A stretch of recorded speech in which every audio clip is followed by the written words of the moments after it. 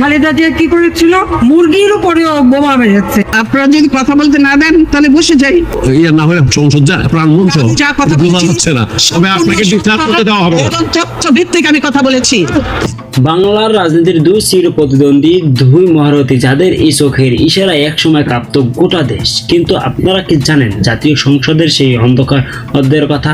যখন রাজনীতির শিষ্টাচার বলে ব্যক্তিগত আক্রমণের বিষ ভাবে ভারী হয়ে উঠেছিল সংসদের বাতাস, সেদিন স্পিকারের সামনেই প্রধানমন্ত্রী শেখ হাসিনা এমন এক চরম অপমানজনক মন্তব্য করেছিলেন যা সরাসরি আঘাত করেছিল বিরোধী দলীয় নেত্রী খালেদা জিয়ার আত্মসম্মানে। অপমানের সেই তীব্র জ্বালা সহ্য করতে না পেরে চোখে মুখে রাজ্যের কিনা নিয়ে খালেদা জিয়া সংসদ কক্ষ ছেড়ে বেরিয়ে যাচ্ছিলেন। তখন পুরো সংসদ থমকে গিয়েছিল। কেন বারবার শেখ হাসিনা দেশের অন্যতম প্রধানমন্ত্রী এই নেত্রীকে জনসম্মুখে খাটো করার চেষ্টা করতেন? এটা কি কেবল ক্ষমতার দম্ভ, নাকি এর পেছনে লুকিয়ে ছিল কয়েক দশকের পুরনো কোনো ব্যক্তিগত ক্ষোভ? সেই উত্তপ্ত বাকবিতকতা, সেই নজরবিহীন ওয়াকআউট আর ইতিহাসের পাতায় ধামাচাপা পড়া সেই হামহিম করা মুহূর্তগুলোর আসল ভিডিও ও নেপথ্যের কাহিনী আজ উন্মোচন করব আপনাদের সামনে। এই যে এমন সত্য যা আগে কখনো এভাবে বলা হয়নি, দেখুন আজকের বিশেষ ভিডিওতে। খালেদা জিয়া কি করেছিল? মুরগির উপরেও বোমা মেরেছে। খালেদা জিয়া অসুস্থ, তাকে বিদেশে পাঠাও। আল্লাদের আর শেষ নাই। ও যদি আরো কিছু ডিমান্ড করে তখন কি করবেন? মরে যাতে না যায়, একটু পদ্মানদীতে চুক্তি দিয়ে সেতুতে তুলে দেওয়া উচিত। যে নিজের সব কাজেই ব্যর্থ হয় সে তো ব্যর্থ দেখবেই। ব্যর্থতা ছাড়া সফলতা দেখার মতো মানসিকতা তো তার নেই। বিএনপি যদি বেশি বাড়াবাড়ি করলে আবার জেলে পাঠিয়ে দেবো, কোনো চিন্তা নেই। ক্ষমতায় থাকাকালীন বেগম খালেদা জিয়াকে নিয়ে এভাবেই একের পর এক বাজে ও অশালীন মন্তব্য করতেন শেখ হাসিনা।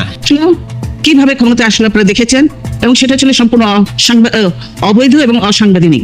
কিন্তু আপনারা বললেন যে আপনাদের আন্দোলনের ফসল ফখরুদ্দিন মঈনুদ্দিন, এবং তাকে আপনারা স্বাগত জানালেন। তাকে স্বাগত জানালেন, তার সেই শপথ অনুষ্ঠানে যোগদান করলেন। কিন্তু ফখরুদ্দিন কোন ধারা বলে, সংবিধানে কোন ধারা বলে এই যে তত্ত্বাবধায়ক সরকারের প্রধান হয়েছেন? তিনি তো হতে পারেন না, কিন্তু তিনি হয়েছেন। 2টা বছর তারা এদেশের মানুষের কি সর্বনাশ করেছে আপনারা দেখেছেন। দেশের মানুষ আজ কেমন আছে আপনি নিশ্চয়ই জানেন। আপনি এলাকায় যান, আপনি একজন প্রবীণ রাজনীতিবিদ, বারবার আপনি সংসদ সদস্য হয়েছেন, কাজে আপনি জানেন। আমাদের প্রত্যেকেরই চিন্তা, সংসদ সদস্য যারা আছেন তাদের চিন্তা দেশের মানুষ, এলাকার মানুষ কি চায়, কেমন আছে সেগুলি নিয়ে তাদের সমস্যাগুলি সমাধান করা। কিন্তু দেশের মানুষের আজকে সবচেয়ে বড় যে কষ্টটা, সেটা হলো দ্রব্যমূল্য। চাউলের কেজি যদি 50 টাকার উপরে হয়, ডাল যদি 110 টাকা হয়ে যায়, তেল 110 টাকা, প্রতিটি জিনিসের দাম বেশি, মানুষের ক্রয় ক্ষমতার বাইরে। কিন্তু মানুষের আয় তো বাড়েনি মাননীয় সরকার, মাননীয় স্পিকার। আর এছাড়াও মানুষের কোনো কাজ নেই।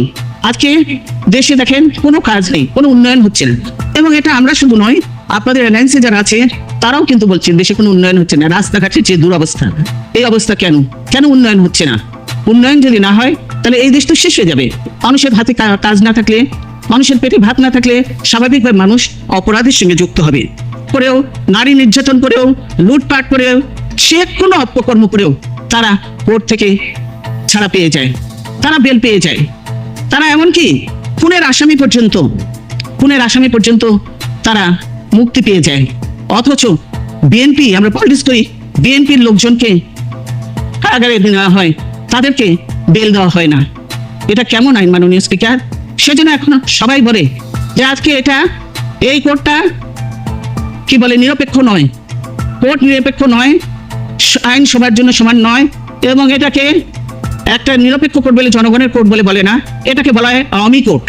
এই যদি অবস্থা হয় কোর্টের, এবং জজ সাহেবরা যদি কোর্টের মধ্যে দেখে করেন যে বিএনপি হলে একরকমের বিচার দেওয়া হবে, আওয়ামী লীগের হলে আরেক রকমের হবে, এবং যেসব লোককে জজ বানানো হয়েছে এটাও তো অত্যন্ত দুঃখজনক।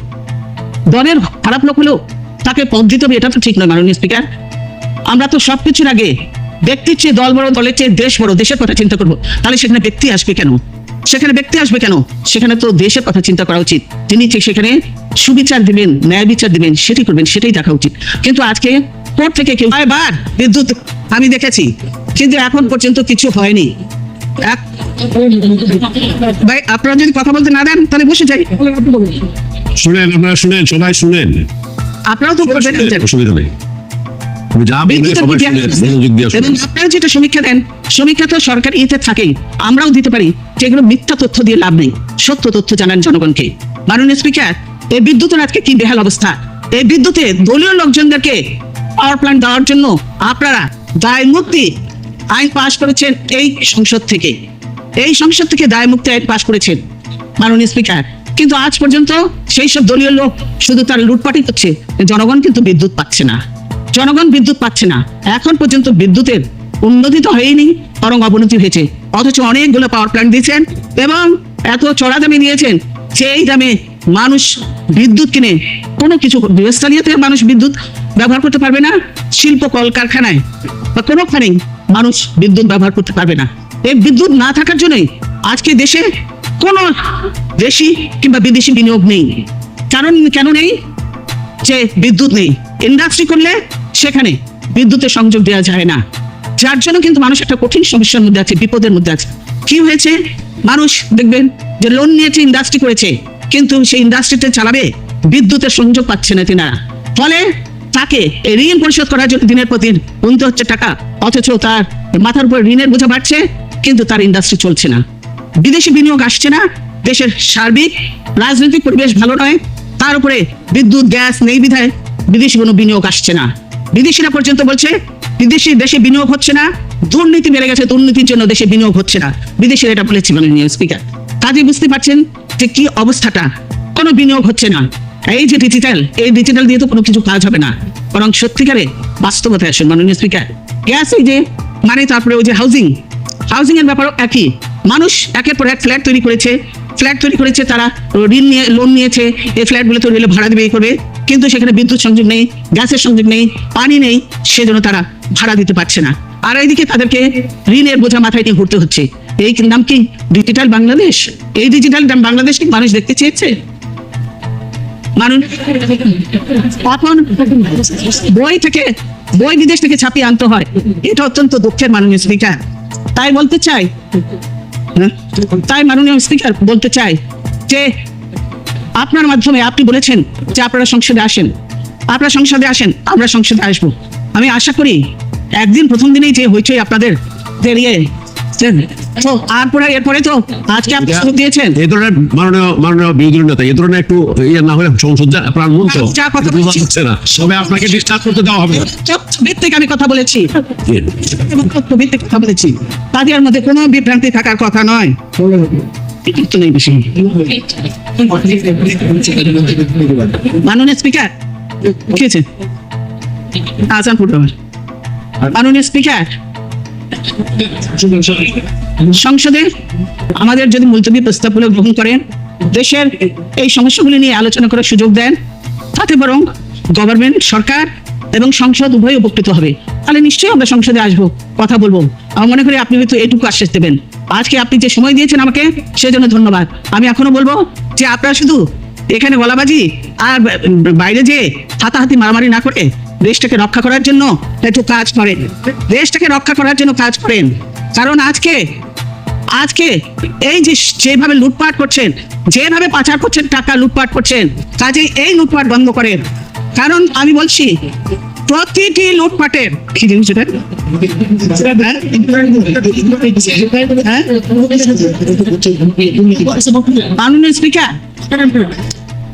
মাননীয় স্পিকার, খবরের কাগজ বলছে, মাননীয় এমপিরা বলছে যে মন্ত্রীরা দুর্নীতিবাজ, আবার মন্ত্রীরা বলছে এমপিরা দুর্নীতি করছে।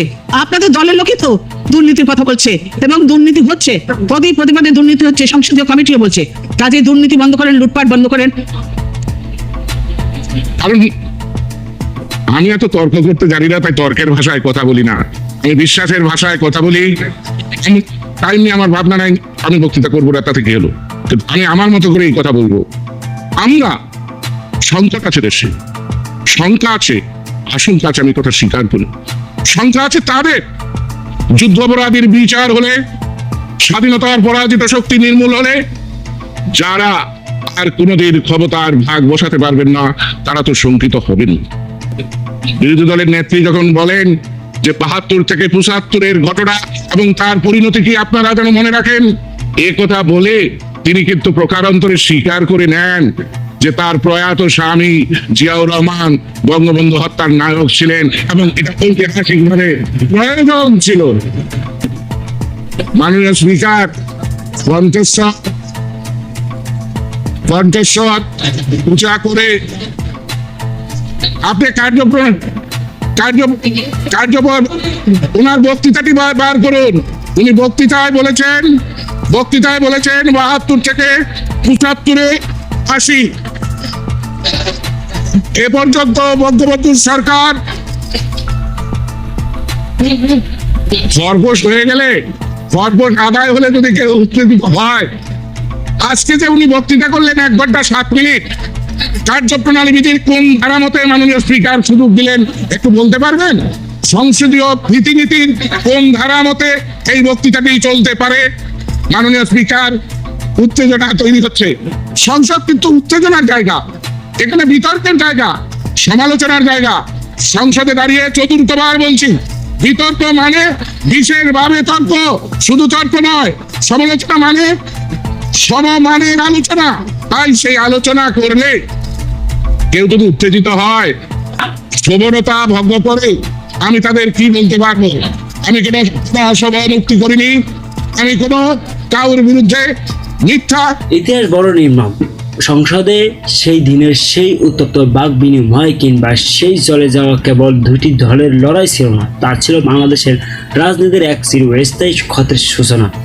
আজ হয়তো সময় বদলেছে সংসদের আসন, বদলেছে সংসদ বিন্যাস, কিন্তু সেই অপমানের স্মৃতি আর রাজনৈতিক প্রতিহিংসার দেয়াল আজও আমাদের দেশের গণতন্ত্রের পথে এক বড় প্রশ্নচিহ্ন হয়ে দাঁড়িয়ে আছে। ক্ষমতা আসে, ক্ষমতা যায়, কিন্তু রাজপথ থেকে সংসদ পর্যন্ত যে সৌজন্যবোধ থাকার কথা ছিল তা কি আমরা হারিয়ে ফেলেছি?